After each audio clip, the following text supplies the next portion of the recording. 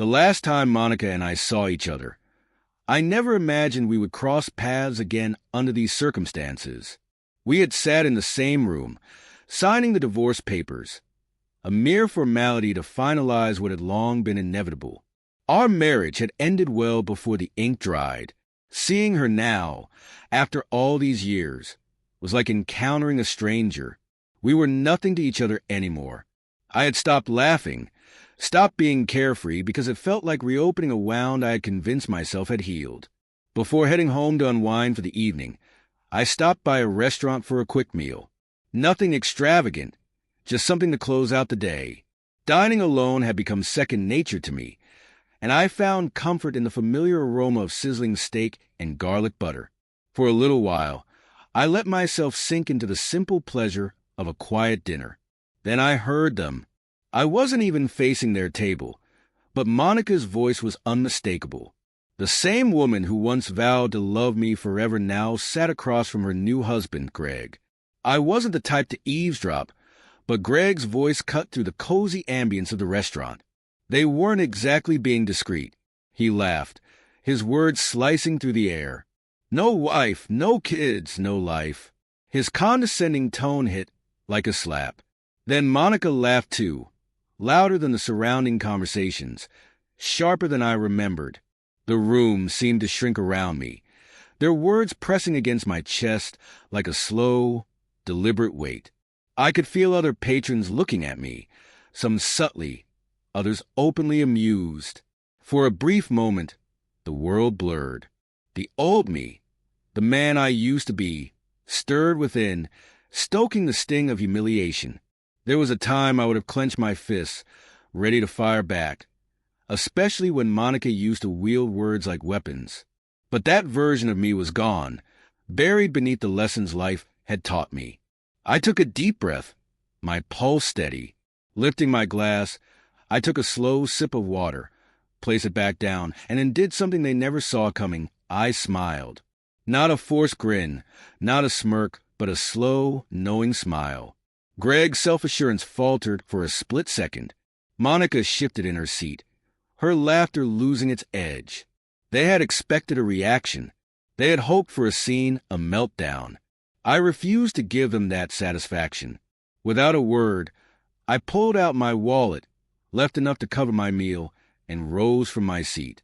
I didn't spare them a glance as I walked out. Their laughter still echoed behind me, but now it rang hollow. 3 days later, my phone wouldn't stop ringing. At first, I ignored it. I had no reason to listen to whatever nonsense Greg or Monica had to say. But then I checked the voicemail. Their voices had changed. Gone was the mockery. In its place was something unexpected, fear. Monica's voice trembled through the speaker, pleading for me to call her back. Greg, the arrogant man from the restaurant, now sounded desperate. Something had happened. Something big. At first, it was easy to ignore. I had spent years breaking the habit of picking up when Monica called. She made her choices and I made mine. But the calls kept coming. The voicemails piled up. Monica, once so confident, so sure of herself, was now practically begging for my attention. Her voice, tense and frantic, was nothing like the woman who had laughed at me days ago. I deleted the messages. Then Greg started calling. The same man who had mocked me in public was now sending text after text. The arrogance was gone. In its place, something I never expected from him. Panic. It's serious, dude. We need to talk. I sat there, phone in hand, debating my next move. I owed them nothing. Whatever trouble they were in, it wasn't my problem. And yet, the sheer number of calls gnawed at me. What had happened? What could have possibly forced Greg to swallow his pride and reach out to me? Finally, when Monica called again, I answered, calm, detached. There was a pause, then a sharp intake of breath. "Oh, thank God," Monica gasped, her voice laced with fear. I spoke bluntly. "What do you want?" "We need to meet. Now." I let her stew in her desperation for a moment before finally asking, "Why? In the background, I caught Greg's voice, low, urgent. Monica hesitated.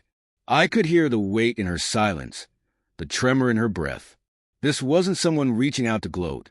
This was someone in real trouble. She sighed, frustration creeping into her tone. "We need your help." I smirked, even though she couldn't see me. "You really think I'm the one to help you?" Then Greg's voice broke through. "Look, man, whether you like it or not, you're involved." I scowled. His words sank in like a stone, plunging into deep water. Whether I liked it or not, I was tangled in their mess. The truth was ugly. Falsified documents, transactions Monica had knowingly approved. She hadn't been an innocent bystander. The deeper I dug, the angrier I became. Had she ever truly loved me, or had I been nothing more than a pawn in her web of deceit? For years, I had questioned if I was to blame for our marriage's downfall. Now, I finally understood this had always been who she was. I had just been too blind to see it. The following morning, my phone rang. "Monica." I let it go to voicemail. Then Greg called. I ignored him too. Soon, the text started. "Monica, please, Greg, let's talk. We can fix this. Don't act rashly. Greg, come on, man. No need to get lawyers involved." I chuckled bitterly. Too late. I typed a single reply. "See you in court." I could picture their faces when they read it. They had taken from me, humiliated me, and now they were scrambling. But I wasn't wasting any time. They were about to face real consequences. The more I uncovered, the forged signatures, the embezzled funds, the outright lies, the clearer it became. This wasn't just betrayal. It was fraud, and I intended to confront them, not through a phone call or a text, but in person. I needed to see the fear in their eyes when they realized they had lost. I arranged a meeting. The location? Monica's house. The same house we had once shared before she decided I no longer had a place in her life. When I pulled into the driveway, I exhaled slowly. This illusion they had crafted was about to shatter.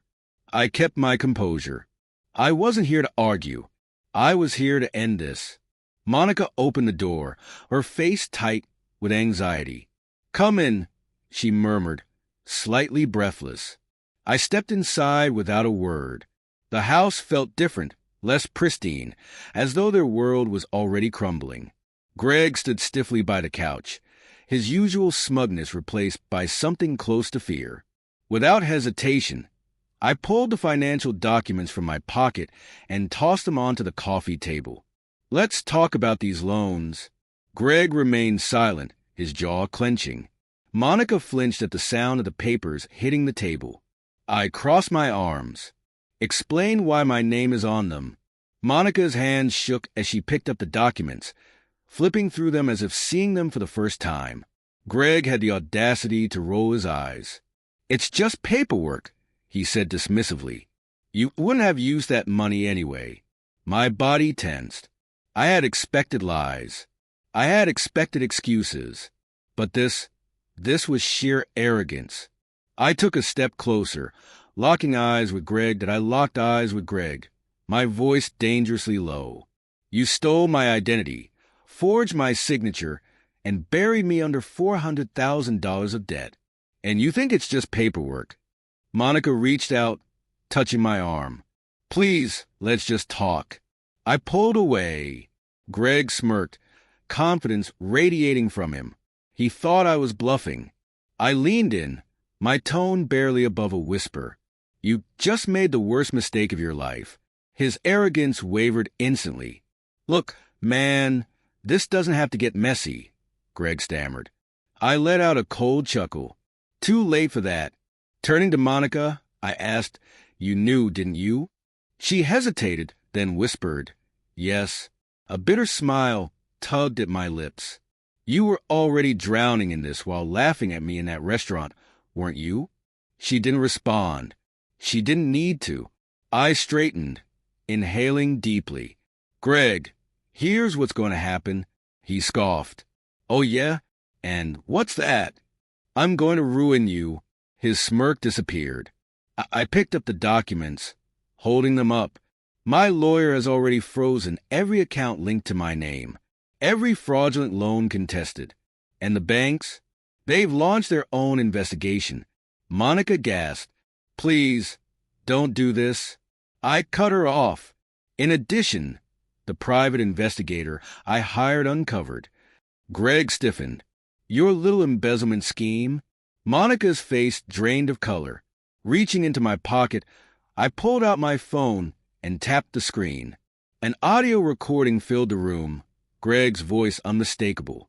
I just moved the money around, a few fake invoices. Nothing major. Won't even get flagged. Greg turned pale. I stopped the recording. "I can prove everything." The room fell silent. Monica turned to Greg, betrayal written all over her face. Trust between them shattered in real time. Greg clenched his jaw. "What do you want?" I smiled. "Justice." Monica let out a strangled sound. "This will destroy us." I met her gaze, cold and unyielding. "You destroyed yourselves." She reached for my hand, eyes glistening with tears. I pulled away. "You lost my sympathy the moment you signed my name." Greg wiped sweat from his brow, raking a hand through his hair. "If we go down, you go down too." I smirked. "Wrong. You two have been digging your own graves." "I've just been clearing my name." Turning toward the door, I paused. Without looking back, I said, "You should start looking for a lawyer. You're going to need one." Then I walked away. They thought they could get away with it. They thought I would roll over and accept the damage they caused. They were about to learn just how wrong they were. The fury inside me wasn't just about anger or revenge anymore. It was about justice. Monica and Greg had stolen from me, tried to erase me, humiliate me. But they had miscalculated. By the time I pulled into my driveway, I was already planning my next move. The following morning, I sat across from my attorney in his office. I wasn't just clearing my name. I was ensuring their downfall. Dropping a thick folder of evidence onto Mr. Coleman's desk, I spoke with unwavering certainty. "I want everything locked down." He adjusted his glasses, flipping through the documents. "You're serious about going after them." I didn't flinch. They didn't hesitate to ruin me. "I won't hesitate to return the favor." He nodded. And so, we filed the criminal charges. Days later, my lawyer called. "They're panicking," he said, barely containing his amusement. The banks had frozen their assets. The fraud was exposed. And now, law enforcement was closing in. Greg and Monica were about to face the full weight of their actions.